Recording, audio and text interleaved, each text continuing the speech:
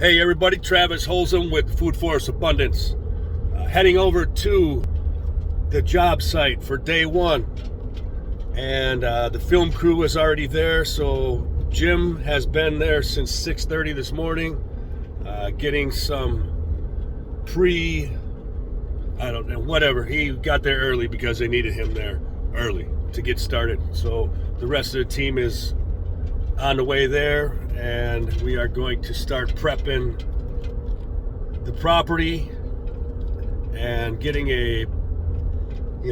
see if there's any last minute changes to any design functions and stuff like that. But hopefully we're breaking ground sometime today, and the real work starts on Monday. But anyway, have a great day. I will have updates for you soon.